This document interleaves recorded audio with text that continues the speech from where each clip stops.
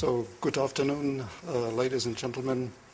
First of all, I would like to express my gratitude for having been invited to this conference and for your interest in my talk in this topic. Maybe I should present myself very briefly. I would like to cut this short in view of the time limit. I'm a physicist by education. I've been patent examiner in the German and later on in the European Patent Office. I've been appointed as a technical member of a Board of Appeal, and I've become chairman of the Board of Appeal 351 and member of the Enlarged Board of Appeal of the European Patent Office in 2001. Under my chairmanship, Board of Appeal 351 has made major contributions to the European case law on computer-implemented inventions. After retirement, I've joined BARDEHLE Pagenberg in Munich as a senior consultant. What are we going to talk about? In accordance with the European Patent Convention and the jurisprudence of the Boards of Appeal, the boards are in fact a tribunal of last instance jurisdiction in patent granting matters. That means on the same level as the highest national courts. Patent eligible subject matter is tied to technical character. While the technical character of claimed subject matter was more or less evident in the past, just think of the small mechanical gearbox controlling a washing machine 50 years ago. Technical progress has made and is increasingly making the situation more complex today. A modern system solution for our washing machine example, for instance, comprises a microprocessor and associated software running on it. We may be inclined to assume that the processor itself has technical character. But what about the software? Would it be patentable in this particular case only, or even in general? Only in combination with the hardware, or even isolated? From this example, it seems to be clear that we have to draw the line somewhere in the field of computer-implemented inventions, unless we want to patent everything useful under the sun. The problem has become more and more important during the last years.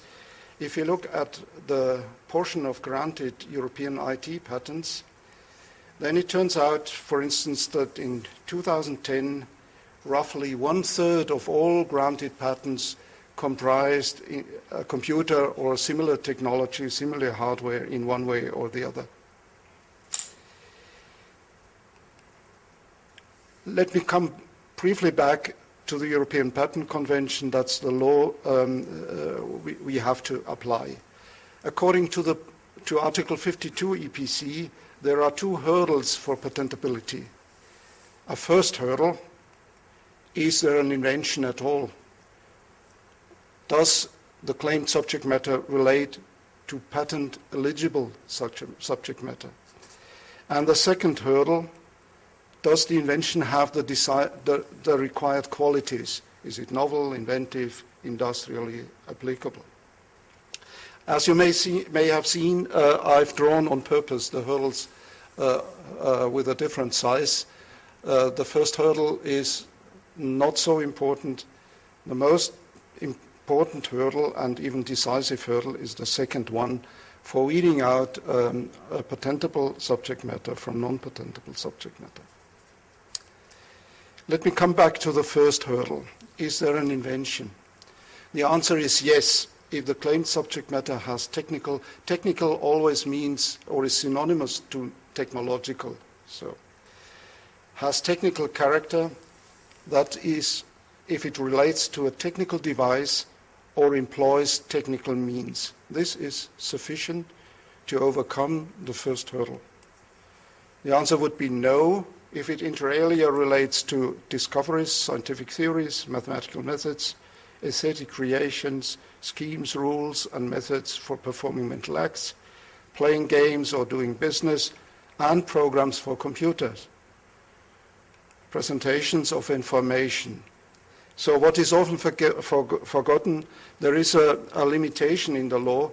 Only as such, all of these items are excluded from patentability, but only as such.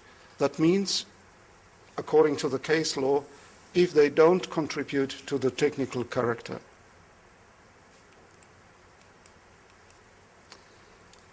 Sorry. If I now come to the second hurdle, does the invention have the required qualities? The answer would be yes, if those of the claimed features that contribute to the technical character are novel, inventive, and industrially applicable. That means only technical aspects count. The innovation, the patentable innovation, must be on the technical side. We'll see that has important consequences later on. Now, the assessment of computer-implemented inventions was more or less made with an effort to develop a coherent methodology for assessing the patentability requirements. This has very nicely been put by Lord Hoffman of the then House of Lords, as he has called this a structured approach to construction. And instead of giving a general definition of what technical means, that would be very difficult, as similar to giving a definition of what an abstract idea is. We try to stake out the gray area of technicality through a series of decisions dealing with individual aspects. So in the terminology of Lord Hoffman, this would be guidelines.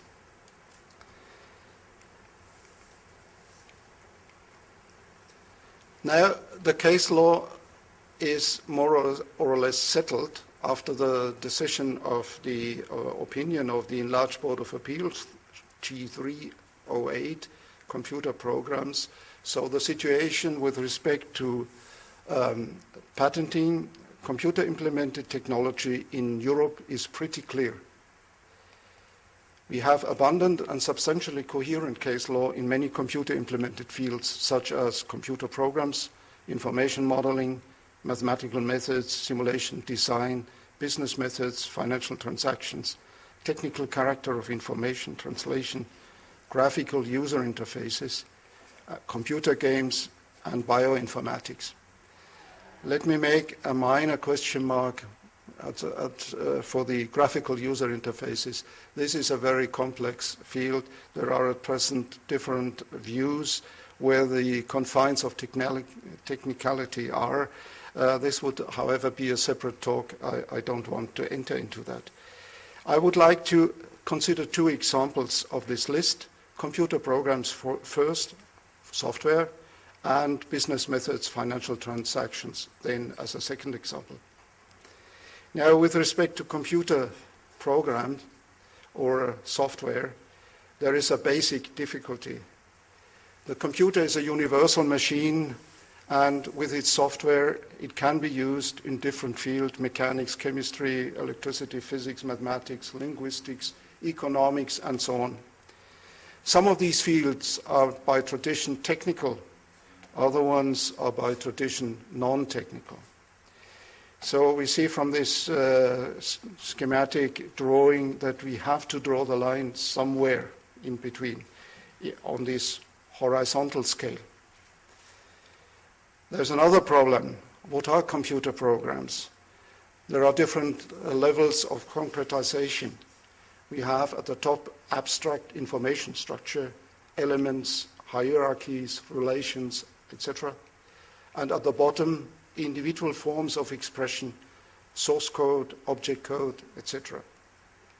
In between, there are concrete application concepts, method steps, functional modules, etc. Now, if you look at this pyramid, at the top, we are more or less in the field of abstract ideas. No patent is possible. At the bottom, we are in the field of copyright. We don't need patents. any patents that might be possible should be in this intermediate region. So we also have here, we have to draw the line somewhere. What is the result of the case law? It can be summarized in 2 slides. All computer programs are of technical nature insofar as they cause physical changes in the hardware. If we accept this, we would have no distinguishing criteria. That's why in this decision, computer program product, IBM, it was found that in order to be patentable, the programs must produce a further technical effect, going beyond such trivial technical interaction and giving rise to the requisite technical character. What is this further technical effect? It may in particular consist in controlling technical processes or devices, the washing machine, for instance, as is the case for embedded software. That would be patentable. Or in modifying the internal functionality of a computer. The computer is also a technical device, and if I change the internal functioning of the computer so that it is maybe used as a platform for different applications in a different way, that would also be patentable. This would, for instance, be the case for operating systems. If patentable, then also as computer program, as such, per se, or data structure product with or without data carrier. Then we must distinguish computer implemented methods from programs, because the methods are actually running, the programs only have the potential to run these methods if they are loaded and run on a computer. And finally, a computer-readable medium is a technical product and has, hence, per se, technical character. So, if we ask the general question, are computer programs patentable under the European Patent Convention? The answer would be yes, if they involve a technical application whatsoever. Now let me come to maybe we have a look at a very brief look at the statistics. The statistics, sometimes you find in the media that the European Patent Office grants a flood of software patents. This is actually not really the case. If you look at class G06F9/40 is one of the classes of the International Patent classification. That's a class, the classification does not distinguish hardware and software solutions, but this class is more prominently based on software innovations. And here we see the granting rate is, in 2010, it's the green line, it's about, let's say, 10%, 20%, and that's clearly below the general granting rate of the European Patent Office, about 40%. So in this field, one cannot say that all of these applications are granted. Now, with respect to business methods, I would here try to immediately start with a question: are business methods patentable under the European Patent Convention? The answer is basically no, exceptionally yes. The standard reasons for failure are, first of all, business methods are excluded by the EPC as such. That would also be the case for computer programs. But invention mean patent eligible subject matter must have technical character. Business methods traditionally are not in the technical domain, nor do they readily lend themselves to technical applications. Hence, if no technical means are employed, they do not overcome the first hurdle. An abstract business method would be blocked by the first hurdle. Now, business methods generally enter the field of technology by computer implementation only. And in this case, the first hurdle would be overcome. However, mere automation of a possibly innovative business concept using conventional hardware and programming skills is not sufficient for patentability, as the mere business aspects do not contribute to the technical character and thus do not count for inventive step. The second hurdle would not be overcome. So the prospects of success before the first instance are very low. We get a flood of business methods application, in particular from the United States. The green line is very low. If you look at the figures, refusal rate for business applications before the first instance means the administrative procedure, examination and opposition proceedings in the first instance of the office is greater than 90%. The patent granting rate is less than 10%. The appeal rate after refusal is about 40%. 40% of the refused applications go to the boards of appeal. And if you look at the prospects of success on appeal, we see they are not really better of these 40%. Normally, there's some fluctuation, but normally 70 to 80% are the appeal is dismissed. In order to get a business method allowed, one should recommend it must be specifically adapted so as to contribute to the technical solution of a technical problem, in particular by achieving technical effects and advantages. So the invention could be a patentable invention, could be on the implementation side of the business method. And these technical aspects, effects, advantages should be disclosed and described in detail in the application documents to be filed.